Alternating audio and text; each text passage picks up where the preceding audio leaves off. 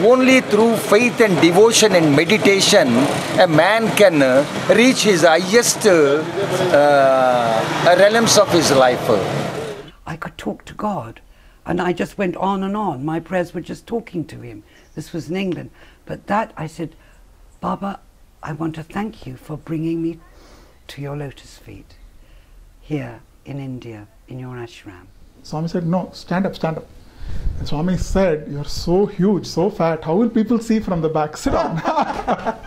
And I wanted to have my Mahasamadhi at that spot. Technical limitations prevent Souljourns from uploading hour-long interviews from Sai Baba's ashram while we're still in India. So instead, enjoy these 3 brief interview previews, just 18 minutes worth of 3 people's stories. First, Banga Raju, a Sai Baba devotee mystic encountered along the streets of Puttaparthi, India. Next, Pat Hunt, nearly 80, a devotee from the UK who lives here alone in a villa far behind Sai Baba's super specialty hospital walls. And finally, Kartik Ramesh, who got his advanced degree at Sai Baba's University. Welcome to Souljourns and to these preview videos. Knowing God is nothing but knowing truth. Knowing truth, nothing but self-understanding. Self-understanding, nothing but getting relieved from this world and relations, friends, what you call, this all myth. It's all only a myth. It's all only a myth? It's all myth. It's all Man is living in myth. Is it Maya? Is it illusion? It's a myth or a delusion or anything. Ignorance, you call in any name you call, but it is only the fact. It is the fact. The man lives in delusion by manifesting through his mind. If the mind is tamed for good things and mind is tamed for the reality, then mind will convert into the soul, and that will become super integrated consciousness, where there is you will forget the world, remember the God. Remembering God continuously, perpetually is nothing but achievement of your goal. Your goal is achieved when you attain control over your mind. Only control of a mind, how best there are the methods through faith and devotion. Only through faith and devotion and meditation, a man can reach his highest realms of his life. You said the highest planes. The other day in Prashanti Nilayam, you said 2 things. You said, be happy. Be happy. Be cheerful and be careful and be cheerful. And then you also said, in addition to be cheerful, you said, be confident. Be confident. What do you mean by that? Be confident means you have self-respect is the confidence. If you respect your integrity, if you respect your integrity, confidence will develop. Only but integrity is the real source of human living. Are you saying to be confident about your higher self? Higher self, integrity, true consciousness. The pure consciousness, I say not consciousness, pure consciousness and true consciousness, which makes a man to God. And have you found your true self? I found my true self. And who was your teacher? Who taught you? No thought, only myself taught. Myself taught me, you are the self, nothing but you are not other than self, that you are roaming in the streets of Puttaparthi. And do you have a blessing for the world? I have got a blessing. Already I enjoyed the bliss of God through my feelings. Only feelings will bring you happiness. Only good feelings will end with good results. Bad feelings will end with bad results. So even in bad times, one must even have at bad times, one must have to go isolated from the society, and he go and sit somewhere and think deeply. Inquire. What is who am I? Why I am going all through this nonsense? So then you will get an answer from your consciousness because of your past unactions, past sins that are with you are making you trouble. And then I went up to see how he was settled in the room, and he got this huge picture of Swami on the wall. And I said, and who's that? He said, oh, that's my teacher. And I said, well, he looks a bit like a pop star to me. And he said, well, no, he's not like that. But I think he realized that I wouldn't. I said, well, is he, what is he? He said, well, he's a Hindu guru. I said, well, I'm not into Hindu gurus. I was almost then thinking of becoming a Rosicrucian. So he stopped talking about Baba for a little while, but we had many evenings of spirituality discussion, talking about God. And I thought, well, and he said, Swami says this and Swami says that. And I thought, this Swami's got a lot of good ideas, but I didn't really feel that I was going to pursue my spiritual journey through this Sri Satya Sai Baba. Well, who is Sai Baba? All I know, he is the divine energy that's embodied itself in this day and age. And I tell you, may I just give you one more story, which, because I did in the end and didn't believe I would, because I thought I'd never have to come to India. The Sai Baba was in my heart. And do you remember this year again that you first really? Yes. I was 52, it was 82. It was 1982, okay. Yeah, 1982. So, my goodness, you're over 60 today. Over 60, I'm nearly 80. It's amazing. You've been on quite a journey. It must be Baba that's keeping you so youthful and energetic. Absolutely, absolutely. But that year, I went to see Baba. I didn't plan to, and that's an extraordinary story, but you've obviously got limited time here, so I'm not going to go on and on. Okay. But when I was in the ashram, at the end of the my first visit, which was amazing in the way he managed to fit so much cleansing in such a short space of time, because it was only 3 weeks. I was sitting outside the Pune Chandra, and I said, innerly to Baba, because already I was feeling I could talk to him innerly. In fact, that was the one thing I did right away. I could talk to God, and I just went on and on. My prayers were just talking to him. This was in England. But that, I said, Baba, I want to thank you for bringing me to your lotus feet here in India, in your ashram. And this voice very clearly in my head said, but you asked to come, don't you remember? And I thought, asked to come? And I suddenly remembered a little girl of 12 years old coming out of church, because I used to be sent to church by my parents every week, and listening to a sermon. And the sermon must have been very powerful about Jesus. And I was standing on the steps with my Panama thinking of this sermon, and I said, Jesus, you said you'd come again. Well, the world, this was during the war, really needs you. Yeah. So you better come soon. And when you come, I want to be there with you. So Baba reminded you of that. Yes. What a great story.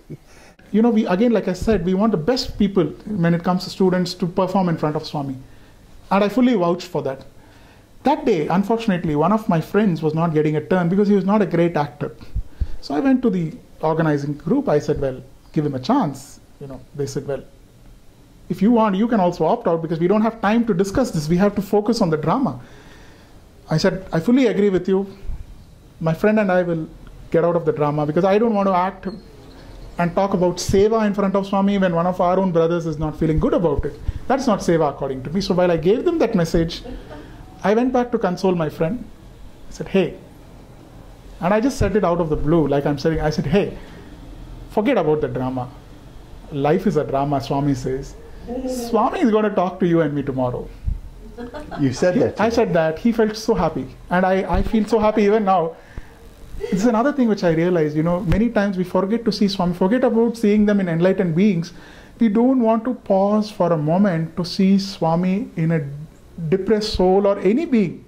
I was so touched yesterday night in the ashram. A foreigner came with a bird which was wounded. I mean, he's seeing Swami in a wounded bird. That is the level, you know, which I pray Swami takes all of us. So next day we go and sit for darshan. By divine incidents, my friend and I are sitting in front of Swami. I'm sitting in front of Swami. These boys are waiting to ask Swami permission for the drama. And there was only one boy taking care of Swami. I look at Swami and I say, Swami, somebody needs to take care of you. Look at yourself. You know, you have one arm on a sling. You have taken up on some. We know you're God. But we also have to remind yourself, we have come in a physical form. Please, Swami, take care of yourself. I wish we always continue praying, for Swami's well-being, for Swami's return, as whatever form he wants to take. And when he comes back in that form, please take care of that form. When we say Samasta Loka Sukhino Bhavantu, that Samasta includes Swami's own form. So I was looking and saying, Swami, give me that 1 inch of a chance to take care of you, and I will take good care of you. And then I tell to myself, hey, in my mind, what are you talking about? You're an atheist. So it's like the little devil and the angel talking, Karthik the devil and Karthik the angel talking, and the devil says, hey, what are you talking? You and with Swami? Look at the mountain loads of karma you're carrying with you. And you've come to be Swami's student after all these things, all these experiences. Do you really think Swami is going to give you that chance? At that moment, Swami looked at my friend who didn't get a chance, called him. Called him up to him. Called him up. Before the play started. The play started. The play was not, they were yet to ask Swami permission. Okay. Swami called him. The first thing Swami asked him is, how is my drama? And that boy just burst out in tears. He said, Swami, I didn't get a chance to act. Swami said, you didn't get a chance? You go to the interview room. And I was watching this and feeling so elated. It happened. Swami reflected the thought. This is what I'm talking about, Forget about talking about Swami's divinity in others. See the divinity in a person who is feeling depressed, and Swami reflects that thought instantly. My friend happily trotted down to the veranda, sat there and smiled at all of us. And Swami gave him his letters. He said, wait for me with my letters. I'm coming to read them with you. And all the boys there, we didn't give him a chance to act. And I was thinking still, Swami, wonderful. But Swami, take care of yourself. Swami looks at me. You, come up. And I thought Swami asked me to come up. I stood up. Swami said, no, stand up, stand up. And Swami said, you're so huge, so fat. How will people see from the back? Sit down. And I wanted to have my Mahasamadhi at that spot. I said, let me go underground for some time. What an embarrassment in front of all the boys laughed, all the devotees laughed. It's happening in Kulwant Hall. Can you believe it? And Swami did this 5 times in a row. In few minutes, stand up, sit down, stand up, sit down. Now when I look at it, I think he burnt away some karmas or whatever he did. The 5th time I said, I'm not going to get up. Not me. I looked at the boy behind me and said, you. That time Swami said, you. I'm talking to you. Come here. And I was like shivering all over. And I felt somehow, at that time I'm telling you, I was not deserving to be Swami's devotee when forget being a student and I'm destined to be only an atheist and I'm impure. How can I go close to Swami? I'll stay 5 feet away from Swami.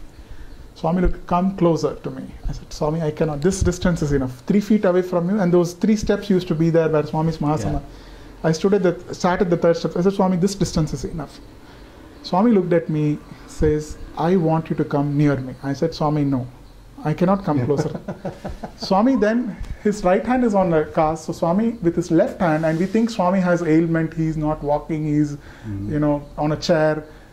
Imagine a 220-pound guy, Swami pulled into, his side, by his side, behind a railing, just with his left hand. Said, come and sit next to me. And as I came next to Swami, Swami looks at me and whispers to me, you wanted to serve me, right? And I just cried. I said, Swami, how did you? Swami said, shh, you have to serve me. Start collecting letters. So boys are giving letters, I'll give it to him. So all the letters I collect, Swami is not letting go of my right hand. He's clutching my right hand with his left hand and he's telling me, serve me. You wanted to serve me. And I'm like, the other boy gets up to help Swami. Swami said, hey, not you. He will serve me. And after a while, my hands are full of letters. Right hand Swami is clutching, left hand. And so many photographs are being taken. People are thinking Swami is going to materialize. There's one more thing Swami said. We get so carried away by creation, not the creator. They thought Swami is holding my hand because he's going to create some bracelet, some ring. And I'm not in that body at that time. And it's not easy to be at that proximity. And Swami is clutching your hand. Not holding, he's clutching the hand. I said, Swami, my hands are full with letters. And Swami lets go of my hand, takes the letters, pushes it into my pocket. Take more letters, he says. He pushes it where? He pushes it into my pocket. So I start collecting letters in my pocket, and then Swami is still holding, and then he looks at me and says, "Take me to my room now." And I'm like, I look at the boy who's next to me. I don't know what it means to hold Swami's chair or push Swami's chair. Or I look at the other boy and say, "Sir, can you please?" He's my senior in college also. I said, "Can you please?" Swami looks at him and said, "Not you. He will push the chair." And I'm like, "Swami, but I don't deserve this." I said, "Swami, I don't deserve this, Swami. Me, what did I do to deserve this?" Swami just smiles. And it was almost like hugging Swami, holding the chair, pushing the chair into the interview room with my other friend who was not given a chance to act. We saw Swami's divine drama unfold. At the end of it was not the end of it. At the end of the interview, Swami, of course, I can't talk about, I have not spoken about it because Swami took a promise from me not to ever talk about what happened in the room that day. And I came out of the room and Swami tells me, "You sit outside." For 1 month, over a month, Swami made us sit near both of us, sit near the interview room for more than a month. Every day Swami would come, speak a few words here, there, we would help Swami. So what I'm coming to is not, to talk on camera or to tell everybody that, oh, I was Swami's, I can't even call myself Swami's assistant for a day. But if you get that single thought, selfless thought, to see divinity in something other than Swami, even for a nanosecond, he rewards you, with the opportunity to serve him directly for more than a month, to be at his lotus feet. This is Swami.